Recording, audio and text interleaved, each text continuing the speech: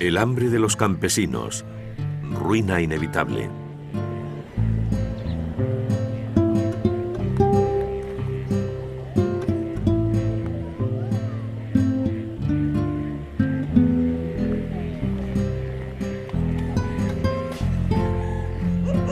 Actualmente hay 1.330 millones de agricultores en el mundo. Con sus familias conforman la mitad de la humanidad. Sin embargo, 800 millones de ellos no tienen suficiente para comer, especialmente en los países del sur. En el norte la situación no es mucho más brillante. Sin las ayudas otorgadas por sus gobiernos, la gran mayoría de los agricultores ya habría desaparecido. ¿Cómo es posible que pasen hambre siendo ellos quienes producen los alimentos? ¿Por qué tantos campesinos no pueden vivir de su trabajo?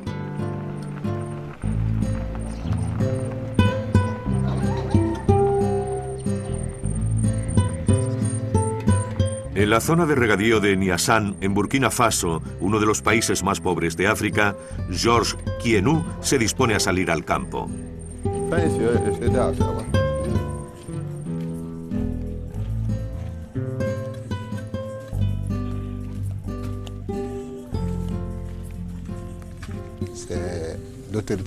El gobierno acondicionó estas tierras y nos instaló aquí en 1997. Nosotros vinimos para poder vivir mejor y satisfacer nuestras necesidades. Como numerosos burkineses, Georges se instaló aquí atraído por los carteles que calificaban el Valle de Suru como un nuevo Edén.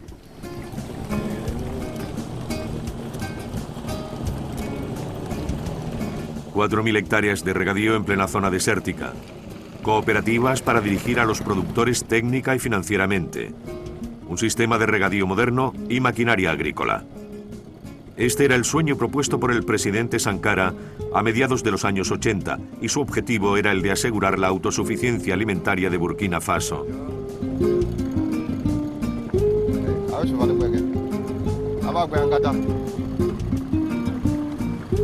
Pero como en la mayoría de los países endeudados, los grandes proyectos financiados por los gobiernos, corruptos en gran parte, han sido interrumpidos bajo la presión del Fondo Monetario Internacional y el Banco Mundial.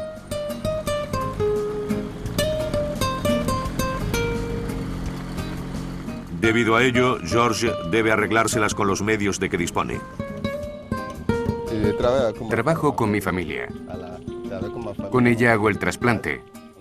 Labramos y hacemos el fangueo con los bueyes. Hacemos 2 campañas al año.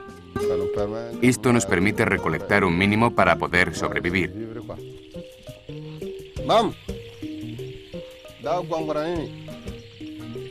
Esta es mi parcela de arrozal. Aquí tengo 1 hectárea y poseo una superficie total de 2 hectáreas.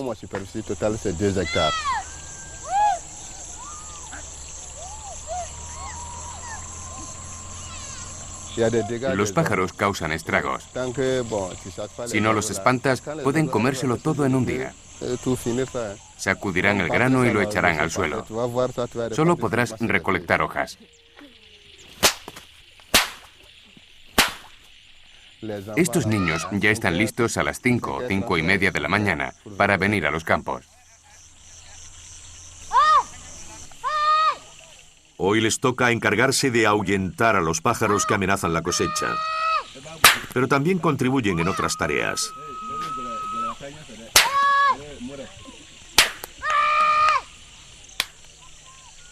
La mano de obra se contrata por día. Esta nos cuesta 46 céntimos de euro cada día. Para replantar he contratado a 5 niños 2 veces. Eso hace 4,60 €. Los niños que están aquí no van a la escuela. Son niños que han estudiado. Tú hiciste primero, ¿no? Hizo un curso. Teniendo en cuenta los medios que se necesitaban para continuar, dejó los estudios para venir a trabajar los campos. En Minnesota, Tim Dafold cultiva trigo y soja en 650 hectáreas, una superficie 325 veces mayor que la de George. Le enseño a Ben y a mis otros hijos cómo cultivar. Después de segar juntos una parcela, podré dejar solo a Malone.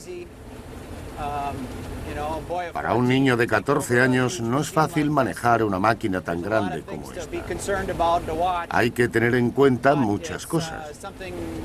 Pero todo hijo de agricultor debe pasar por esto.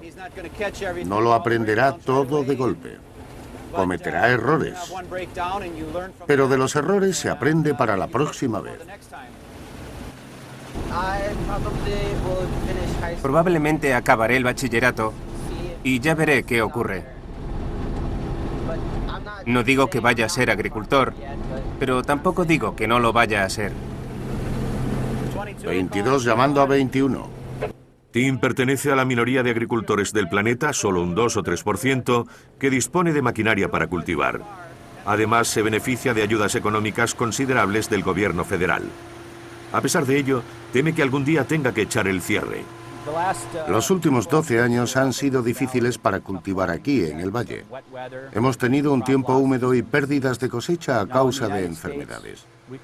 Actualmente, en Estados Unidos, puedes contratar un seguro para las cosechas.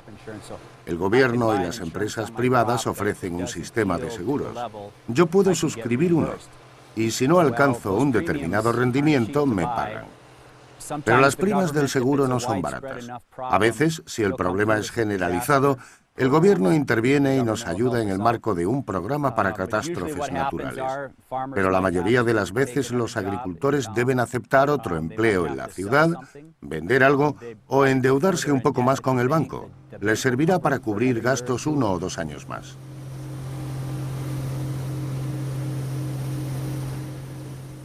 De hecho, nuestro beneficio anual depende de la climatología. Si el tiempo coopera, podemos llegar bien a fin de mes, aunque debamos preocuparnos por el mercado, por los precios de nuestras cosechas y por nuestros gastos. Pero todo esto podemos gestionarlo. La gran cuestión siempre es qué tiempo va a hacer.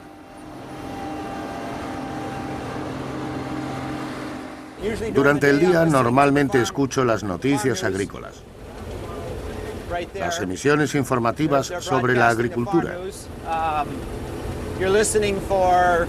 Escucho la previsión meteorológica, cómo está el mercado del grano, qué ocurre en la agricultura a nivel local, nacional y mundial. Todo esto tiene algún efecto sobre nuestras explotaciones. Así que es importante estar informado, sobre todo del tiempo y del mercado. Es vital seguir las noticias día a día. El mercado del grano puede fluctuar varios miles de dólares en un día.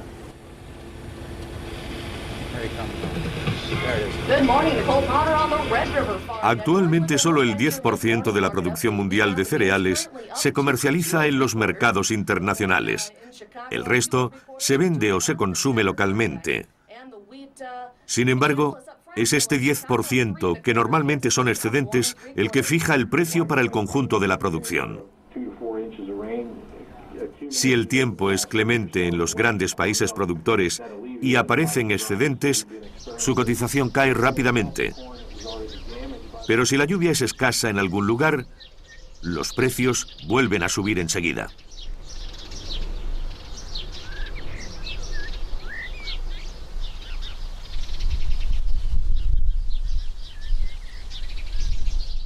Hace 2 años, Frank Barbier decidió retomar su trabajo en la granja en la que creció en Sena-et-Marne, a varias decenas de kilómetros de París. Como Tim o George, lucha por reducir sus costes de producción e intenta adecuarse a las cotizaciones mundiales de las materias primas agrícolas. Estoy haciendo la revisión de la cosechadora trilladora para la próxima cosecha. Es importante hacer el mantenimiento yo mismo, porque cuando le pido a un especialista de la casa que venga, me cuesta alrededor de 45 euros la hora.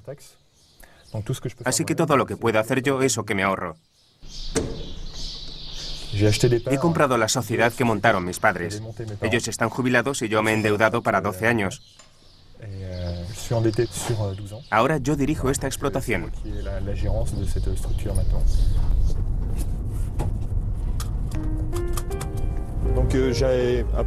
Tengo cerca de 120 hectáreas.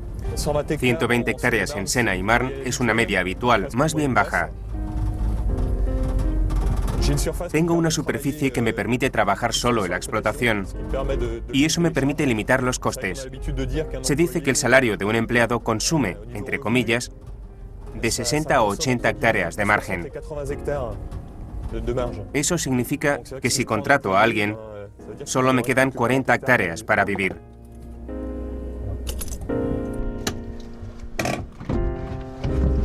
Actualmente Francia es el segundo exportador mundial de productos agroalimentarios. Este éxito se debe a la política agrícola común, la PAC, que durante mucho tiempo ha mantenido los precios de las producciones europeas. En Francia, si vendiésemos el trigo según la cotización mundial, nuestra empresa no sería rentable. Vivimos gracias a las subvenciones de Europa. Son más del 80% de nuestros ingresos. Recibimos ayudas de Europa para producir trigo y otros cereales, producir proteaginosas para hacer proteínas, oleaginosas para obtener aceite. Y estas ayudas europeas son las que finalmente constituyen nuestra renta. Sin estas ayudas, nuestros ingresos serían igual a cero.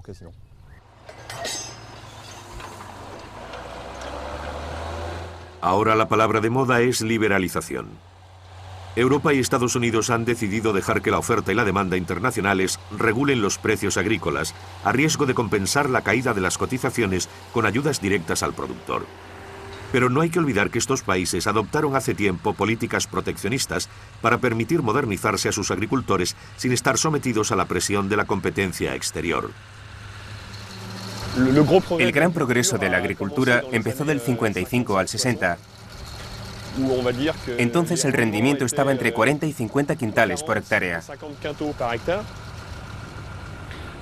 Actualmente hemos logrado sacar 100 quintales por hectárea en un buen año.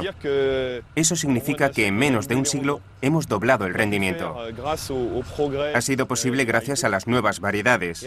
Y además el mayor dominio de las técnicas de fertilización, de protección de las plantas, ha permitido incrementar los rendimientos.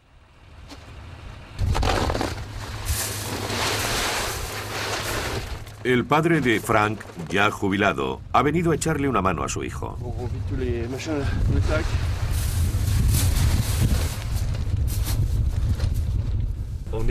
Si quieres ganar dinero, estás obligado a abonar y a aplicar productos fitosanitarios en vista de los precios de venta actuales.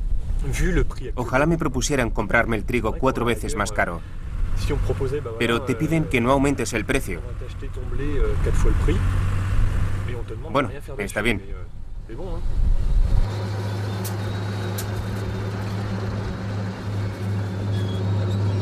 Semillas de alto rendimiento, aportes químicos, alta tecnología. Cuanto más se produce, más caen los precios y más deben subvencionar los países ricos a sus agricultores para que puedan salir adelante. Da igual que estas subvenciones falseen la competencia y que los países en vías de desarrollo, abrumados por el peso de su deuda, sean incapaces de ofrecer las mismas ayudas a sus campesinos. La OCDE, la Organización de los Países Industrializados, integrada por 27 países del mundo, pagó el año pasado 242.000 millones de euros en concepto de subvenciones a la producción y a la exportación. Más de 500 millones al día. Y por otro lado está el campesino africano. 15 horas al día, trabajando con su familia hasta el agotamiento, un suelo a menudo ingrato, sin tener la menor posibilidad de llegar a un mínimo vital aceptable. George gana menos de 2 euros al día. A este ritmo necesitaría varios siglos para comprar equipamiento agrícola comparable al de Frank. Sin embargo, él no forma parte de los más desfavorecidos. En el mundo hay más de 1.000 millones de campesinos que solamente disponen de sus brazos para trabajar la tierra. Él posee un par de bueyes. Estos animales le permiten utilizar un arado y aumentar su productividad. Pero también son un bien muy apreciado en un país en el que las tierras sufren una fuerte erosión. Es importante labrar con el arado para poder mejorar el suelo. Para ello es necesario tener animales, de los que al mismo tiempo obtienes un estiércol muy rico en comparación con los abonos químicos. Si solo echas abono a la tierra, ésta se seca y entonces el desarrollo no es bueno. El que no tiene animales que le aporten un abono orgánico no puede obtener el mismo rendimiento que alguien que posee bueyes. En África el número de agricultores que poseen animales está bajando en todas partes. Los campesinos los venden para subsistir. Debido a ello la tierra se empobrece. En 2005 el viento se llevó cerca de 1 millón de hectáreas de tierras cultivables.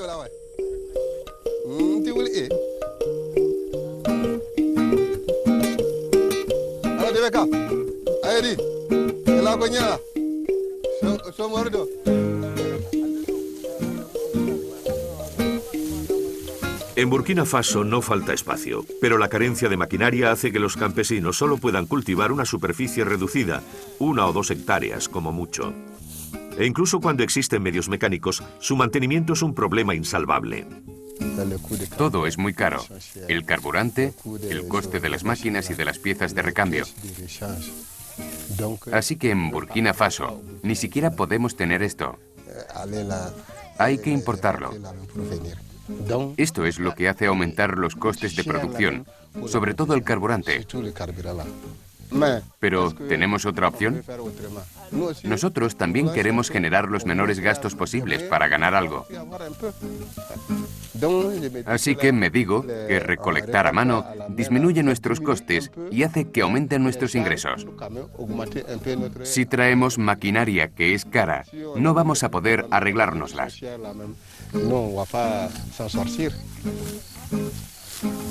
Trabajando a mano, un campesino africano como George no puede producir más de 1 o 2 toneladas de cereal por hectárea. Sus competidores del norte producen entre 5 y 10 veces más. A pesar de ello, el campesino africano debe vender su producción al mismo precio que ellos. George, buenos días. Eloa Nombré es miembro del principal sindicato agrícola burkinés y lucha para defender los intereses de los productores locales. ¿Y este año cómo se presenta la campaña? Bueno, si llegamos a vender a 17 céntimos de euro, al menos podremos arreglárnoslas. Pero si no llegamos a eso, con 15 céntimos tendremos que poner de nuestro bolsillo para la campaña siguiente. Así que no es fácil conseguir los insumos. Además, normalmente no son de calidad, no son los que queremos para el año siguiente.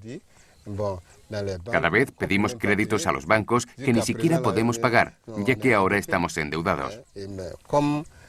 Y como lo estamos, debemos ir a negociar con los bancos. Y tenemos que vender nuestros bienes, como los bueyes, por ejemplo, para iniciar la campaña.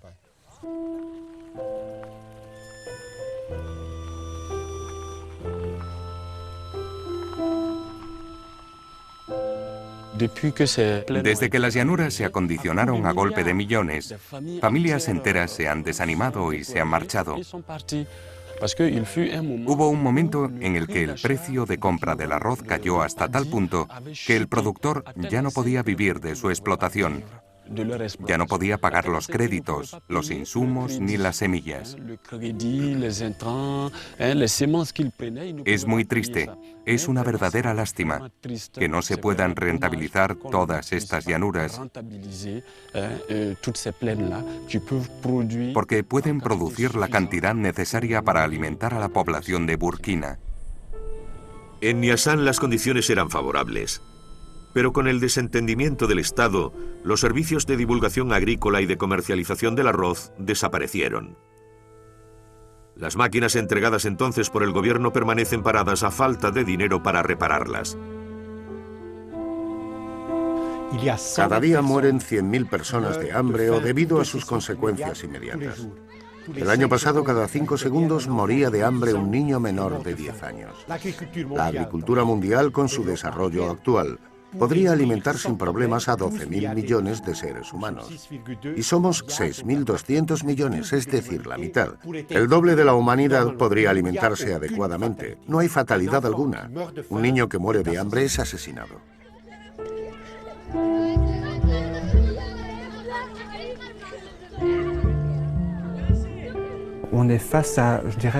Nos encontramos ante un muro ideológico que dice, si abrimos los mercados obtendremos un gran desarrollo. Y hablamos de dos mundos totalmente diferentes. Uno que dice que liberemos los mercados y todo irá bien. Y yo hablo de un mundo real en el que vemos a los campesinos luchar para sobrevivir. Los campesinos del sur no son los únicos que sufren. La PAC, al subvencionar la agricultura europea, ha permitido aumentar la producción a precios bajos. Pero los campesinos europeos han sido víctimas de su éxito. Sus excedentes se han unido a los de Estados Unidos y a los de los países emergentes, incrementando la caída de los precios agrícolas. En cuanto a los campesinos del sur, que conforman la mayoría de los productores y consumidores del mundo, al privarlos de ingresos, también se les priva de obtener su alimento. En los años 70 a 75 producíamos trigo, obteníamos el rendimiento suficiente, pero nos dijeron que había que producir más y más. Entonces los agricultores nos pusimos a cultivar variedades nuevas. Ahora nos encontramos con un problema. Tenemos que producir por nada. Tenemos que producir alimentos para todo el mundo por poco dinero. Tenemos las primas de la PAC, pero eso no compensa las pérdidas. De repente, si vinieran y te dijeran que te bajan el sueldo a la mitad, se armaría una revolución. En la agricultura hay una revolución. No queremos acabar con todo, no quieren escucharnos, y ese es el problema.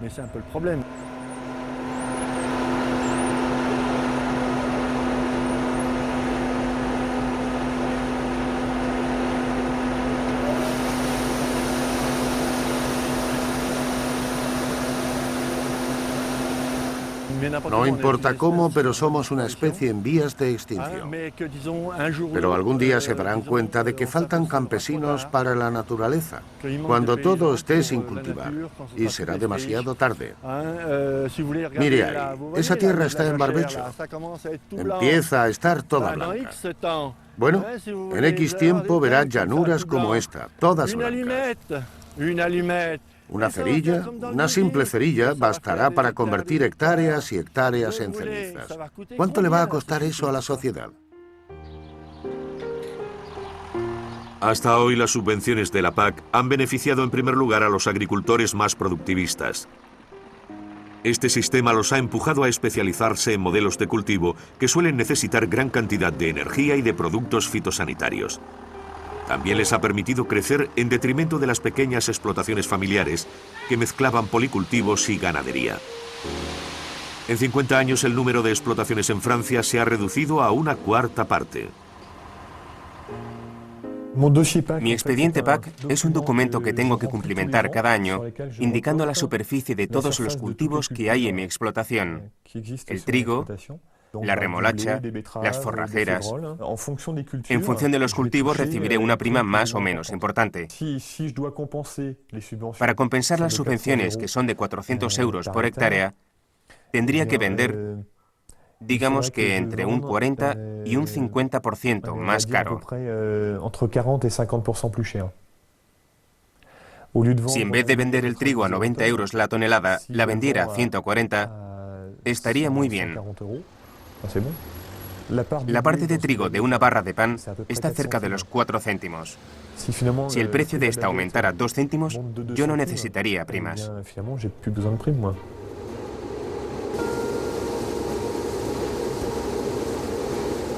En definitiva, aunque las subvenciones que el consumidor paga a través de sus impuestos permiten a nuestros agricultores sobrevivir, estas ayudan a enriquecerse principalmente a las multinacionales agroalimentarias.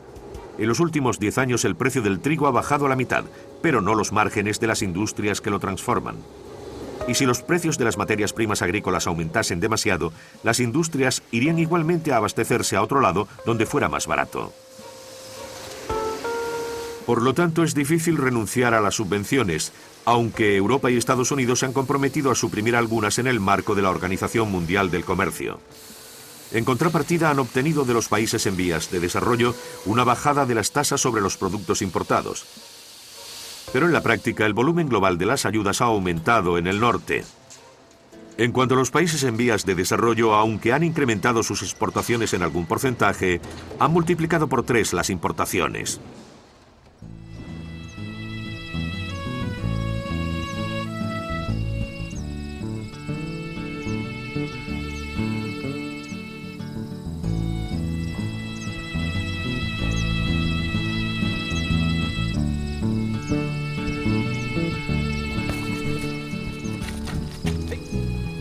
Las subvenciones otorgadas a los agricultores de Estados Unidos son más importantes que en la mayoría de los demás países. Estoy al tanto de los debates que se producen en la OMC entre los que reciben subvenciones y los que no. Cada país quiere que el otro cambie su sistema. Claro que me gustaría encontrar un sistema que funcionase para todo el mundo, pero es una cuestión de seguridad alimentaria y por ese motivo el gobierno las otorga. Simplemente no podemos quedarnos sin alimentos. Un pequeño agricultor de Asia o de África puede utilizar esto como excusa. Pero si Canadá, Europa, Australia o Estados Unidos no estuvieran produciendo una gran cosecha de trigo, ¿cómo podríamos alimentar al mundo? Produciendo grandes cosechas en estos países y exportando al resto del mundo, somos capaces de alimentar al mundo. No les metemos presión a ellos. ¿Por qué podrían hacerlo solos?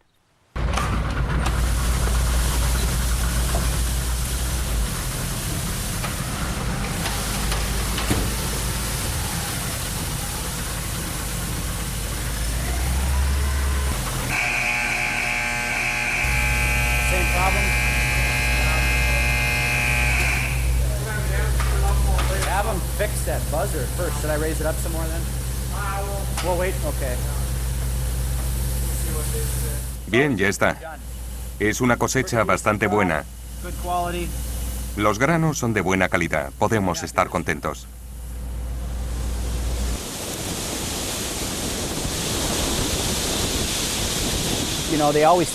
Los agricultores tenemos que acatar los precios en vez de fijarlos.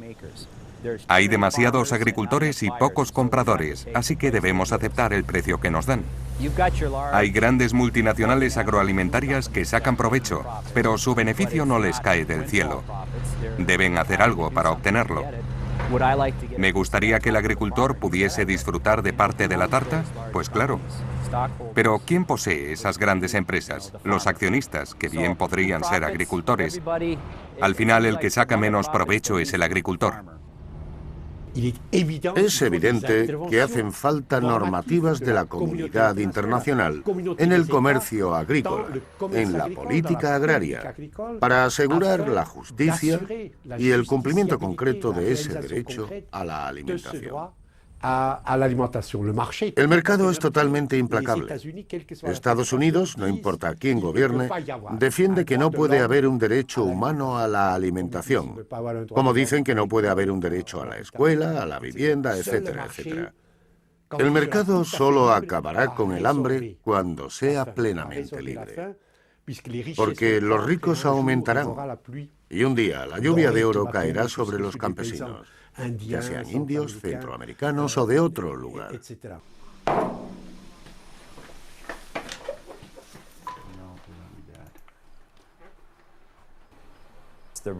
Las zonas rojas son las partes pobres de la parcela.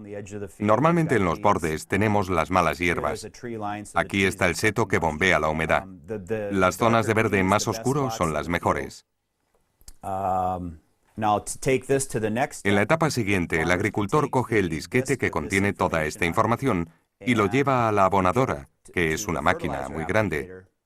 Allí lo introduce en el ordenador de a bordo y cuando la máquina se desplaza por el terreno, va distribuyendo más o menos abono sobre las zonas en función de la información que posee. De este modo, ahorro dinero, protejo el medio ambiente ya que aplico menos abono y también ahorro en recursos. Al final hago un trabajo mejor y obtengo una cosecha de mejor calidad. No te regalan el software o la tecnología. Así que hay que alcanzar un cierto nivel para podérselo permitir. Yo todavía no he llegado a ese punto, pero conozco agricultores más grandes que han invertido en ello. Todo su equipamiento funciona de este modo.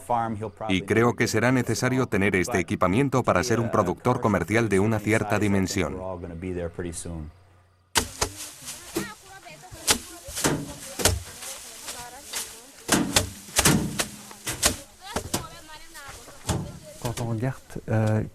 Cuando vemos quién sale ganando y quién sale perdiendo entre los campesinos en cuanto a la producción, podemos constatar que las que salen ganando son las explotaciones agrícolas que basan su actividad en el capital, con mucha superficie y grandes extensiones en maquinaria, que les permiten ser más productivas. En el otro extremo se encuentran las explotaciones que se basan más en un capital humano, lo que llamaríamos la agricultura familiar.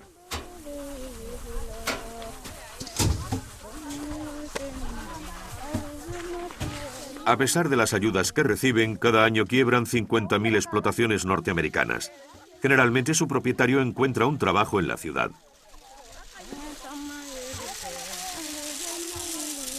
Pero en África los que tienen máquinas o animales empiezan vendiéndolos para saldar sus deudas. Al utilizar herramientas cada vez más rudimentarias, disminuye rápidamente su capacidad de producción y las tierras mal conservadas se van empobreciendo. Aquí trabajamos con azadas. Cuando el desagüe está atascado o sucio, lo limpiamos con estas azadas. Quitamos las hierbas que lo taponan para que el agua que sale de la parcela pueda pasar mejor por el canal de desagüe.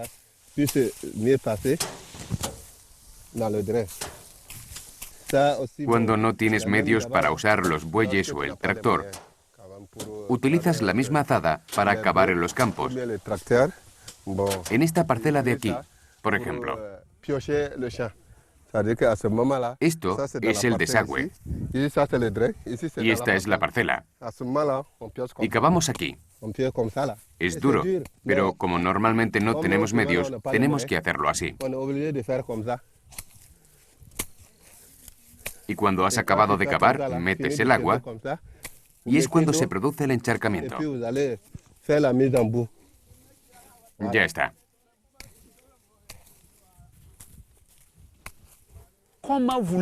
¿Cómo puedes comparar a la gente que usa la azada y el arado con los que trabajan con máquinas? Es una aberración, un insulto. ¿Quiere hablar de libre comercio? Cada uno va a vender donde quiere, con medios de trabajo desiguales. Es una tontería, un insulto. Cuando nos den el tiempo suficiente para protegernos y desarrollarnos, entonces podremos competir con las mismas armas. Pero aún no estamos preparados para competir con los que están mecanizados. Por lo tanto, el combate es desigual.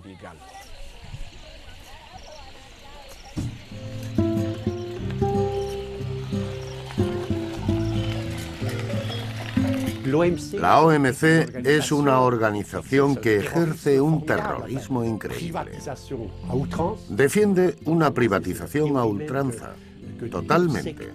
Es la teoría de que toda actividad económica humana debe someterse a los principios de maximización de los beneficios y que la llegada de capital crea nueva riqueza. Liberalización total de todos los canales de distribución, de capitales, de patentes, de mercancías, de servicios. Es el mismo principio pero con una base apolillada. Cuando todo eso haya desaparecido, entonces el capital se irá en cualquier momento, instintivamente, hacia donde se produzca el máximo beneficio. Al aceptar limitar la intervención del Estado abriendo su mercado, Burkina Faso esperaba atraer el capital necesario para su desarrollo. Pero los campesinos que conforman la mayoría de los burkineses son demasiado pobres para representar a una población rentable, como indicaba en sus informes el Banco Mundial hace unos años. En consecuencia, nada ha reemplazado a las estructuras públicas que apoyaban a los productores. Cuando no llueve, el campesino llora en silencio y se pregunta, ¿cuándo va a llover? Cuando no tiene los medios necesarios para comprar los insumos, llora en silencio, tiene muchas preocupaciones y se pasa las noches en blanco. Pero nuestras autoridades están en sus elegantes salones. La liberalización no es su problema. No paran de firmar papeles. Creen que dominan el problema de los agricultores. Pero somos nosotros los que lo sufrimos en nuestras carnes, nosotros y nuestra familia. Así que decimos no a la liberalización, a la globalización. En cambio, se dedican a hablar de ello en cualquier conferencia y a firmar los acuerdos que quieren. Pero ¿quién sufre después? El campesino, por supuesto, que debe destinar una parte cada vez más importante de su cosecha para comprar las semillas, los abonos y los pesticidas necesarios para la siguiente. A ver, 200... ¿Cuánto? Ya está. 243 kilos.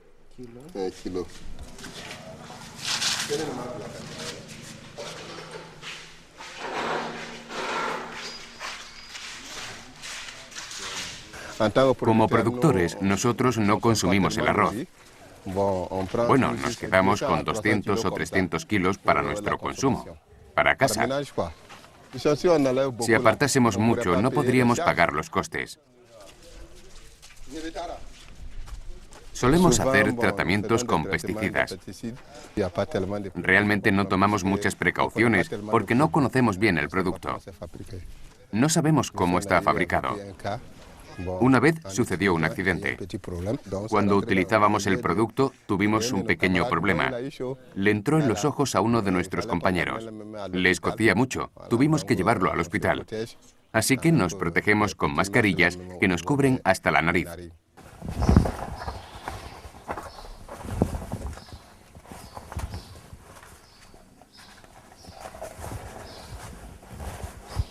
Me pongo el impermeable porque son productos concentrados. Es como un medicamento. Si te tomas una caja entera, no es bueno para la salud. Así que me protejo de las salpicaduras. Son medidas de precaución.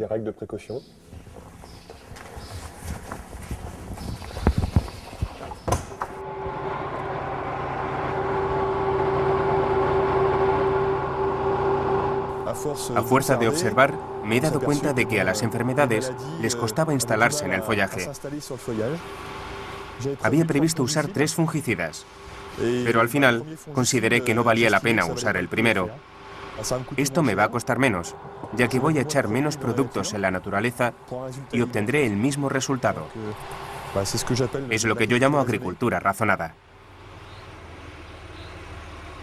En Francia hay una normativa de utilización de productos fitosanitarios.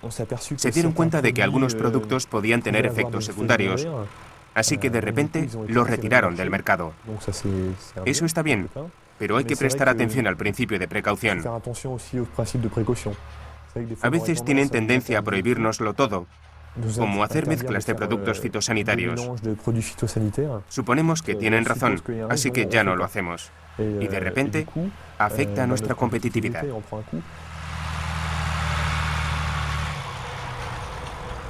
En la Asociación de Cultivadores de Trigo de Minnesota no tienen tantos escrúpulos con las variedades modificadas genéticamente. Dev Torgerson ha sucedido recientemente a Tim al frente de la organización. Siéntate, ¿cómo va la cosecha? Ya está, hemos terminado. ¿Estás contento? Sí, hemos acabado a tiempo y la cosecha es buena. Todos estamos contentos. Creo que en Estados Unidos el problema más grande de los cultivadores de trigo, de los agricultores en general, es el aumento del precio del gasoil y de los abonos. Son una parte importante de sus gastos. Deben pagarlos, pero no pueden repercutir la subida de estos costes en los consumidores. Así que, de algún modo, cuentan con rendimientos o precios más elevados que les permitirán cubrir sus gastos. Pero no serán capaces de obtenerlo siempre, así que algo va a fallar. Es un gran reto. Creo que vamos a pasar del trigo a la soja y al maíz. El maíz y la soja tienen unos buenos programas de mejora genética de las semillas, utilizando la biotecnología.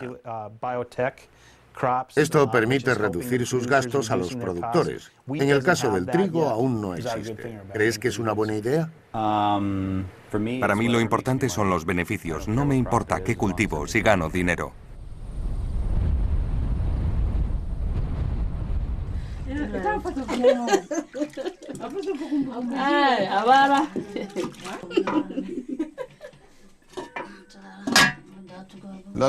Cuando se termina una campaña, como en estos momentos, no nos queda nada. Tenemos que recolectar el arroz para venderlo y conseguir unos ingresos. Ahora vivimos de lo poco que guardamos de la campaña anterior. Es lo que podemos aprovechar.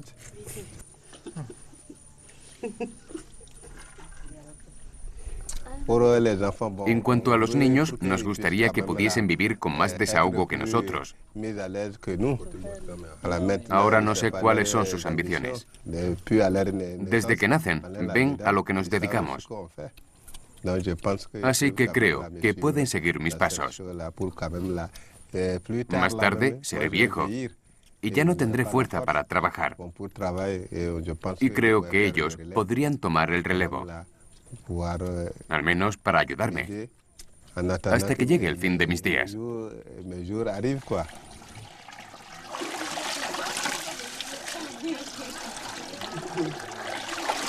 En Burkina Faso, cuando los organismos públicos que comercializaban los productos agrícolas fueron desmantelados, tomaron el relevo las empresas privadas, pero abandonaron pronto por falta de rentabilidad. De repente los campesinos tuvieron que organizarse solos. Confiaron a las mujeres del poblado el secado del arroz crudo para venderlo en el mercado. Este método permite conservar las vitaminas presentes en la corteza del arroz y así luchar contra las carencias nutricionales que, según la FAO, afectan a 2.000 millones de personas en el mundo y ponen en peligro su salud y su fuerza para trabajar.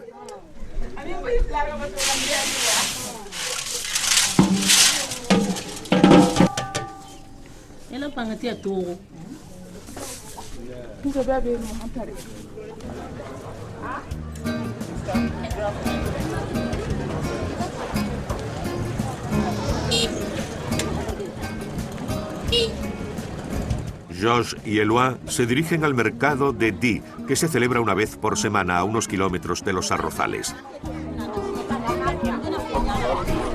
Aquí se puede ver hasta qué punto ha sido nefasto para los campesinos burkineses el hecho de abrir las fronteras y la importación masiva de arroz a bajo precio.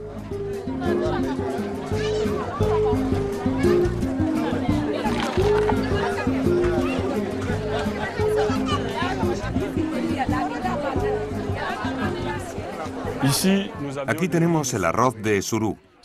Es el que se produce en la zona y es de buena calidad. Es un arroz que las mujeres han secado. Tiene más valor nutritivo y podemos consumirlo. Pero desgraciadamente somos víctimas de la importación masiva de arroz tailandés y chino. Y eso hace que nos desanimemos con todo lo que llegamos a trabajar. Aunque nuestro arroz es de calidad, lamentablemente no se vende por culpa de las importaciones salvajes y sus bajísimos precios. Esto realmente nos desanima. Como en otros lugares, el éxodo rural es masivo en Burkina Faso. Debido a ello hay que alimentar a los recién llegados sin recursos que se acumulan en la periferia de las grandes ciudades. Entonces, para asegurar la calma en esos barrios, en vez de comprar a los agricultores locales, las autoridades prefieren dejar que entre el arroz, que se beneficia de subvenciones directas o indirectas y es más barato.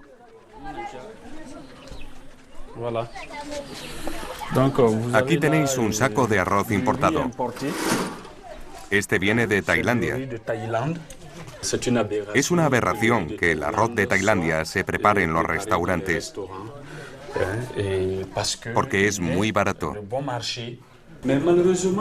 Lamentablemente es un arroz de mala calidad que no tiene gusto, ni ningún valor nutritivo en comparación con el arroz local, que es de la cosecha del año y sí tiene valores nutritivos. El arroz que nos envían, como este que veis, es de hace 10 o 15 años. Según los acuerdos de la OMC, algunos países como Japón deben aceptar la importación de arroz.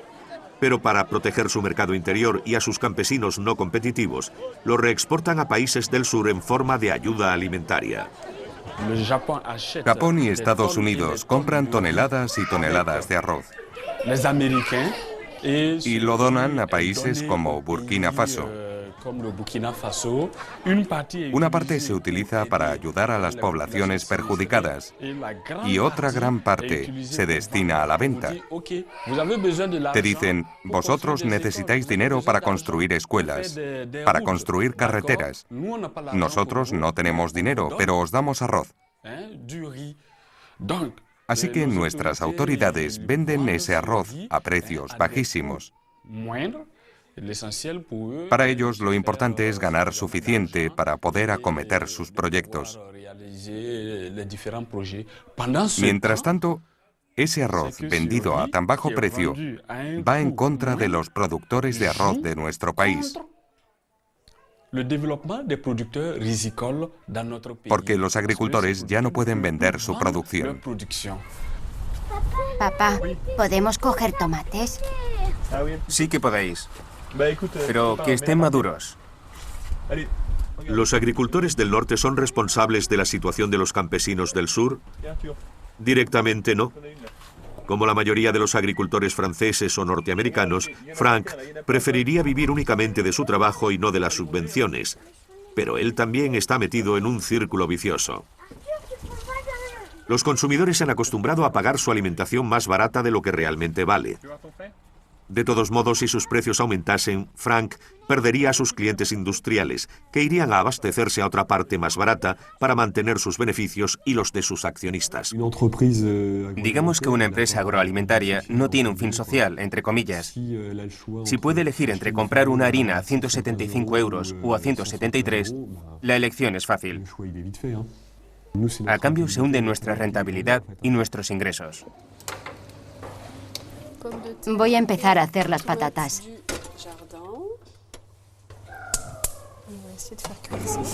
Estos pollos los criamos aquí, en la granja.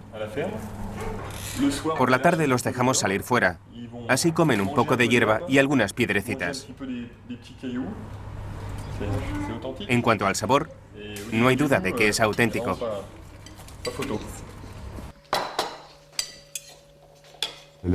La sociedad es culpable de querer precios bajos. Es culpable de comprar un pollo que no está producido en Francia. Para mí no es normal que un consumidor compre un pollo producido en China. Si todos los consumidores siguieran ese modelo, quiero decir que si queremos que no haya más subvenciones, compremos productos franceses. Entonces tendríamos menos preocupaciones. Cuando producimos y compramos nuestros productos locales, tenemos menos gasto de transporte, consumimos menos petróleo y se produce menos efecto invernadero. Ese sería el buen camino. No tenemos que crear una confrontación con los agricultores de otros países. No estamos aquí para hacer un producto mucho más caro que el suyo y acabar con el campesino de esos países. La verdad es que éticamente está muy mal interferir en su trabajo. El desarrollo de los barrios periféricos de las ciudades es difícil. El medio rural no tiene suficiente trabajo, ya no sabe vivir de su profesión e intentará encontrar trabajo en la ciudad. Y todos sabemos que no será así. Hay que mantener una agricultura local, incluida Europa. Desde que la compró, no había dejado de contemplarla. Cuanto más la miraba, más cualidades le encontraba. Tal vez era la cabra más bonita que había visto nunca.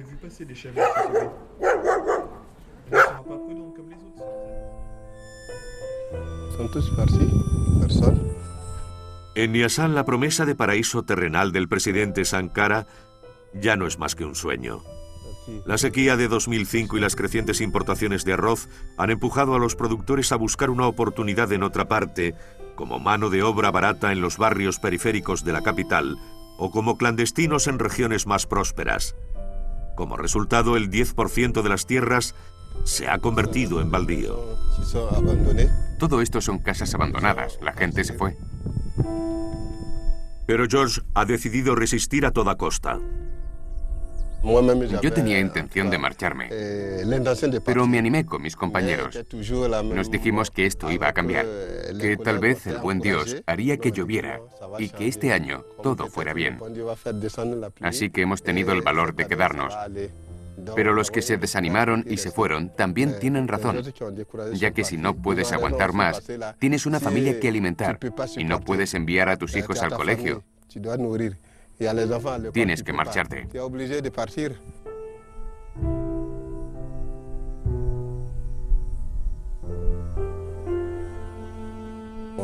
Dicen que hay que luchar contra la pobreza. ¿Dónde está la pobreza? En el medio rural. ¿Y quién está ahí? Nosotros, los productores, los campesinos que nos encontramos en la base. Pensamos que si nos dan la oportunidad, los medios para producir, entonces obtendremos ingresos.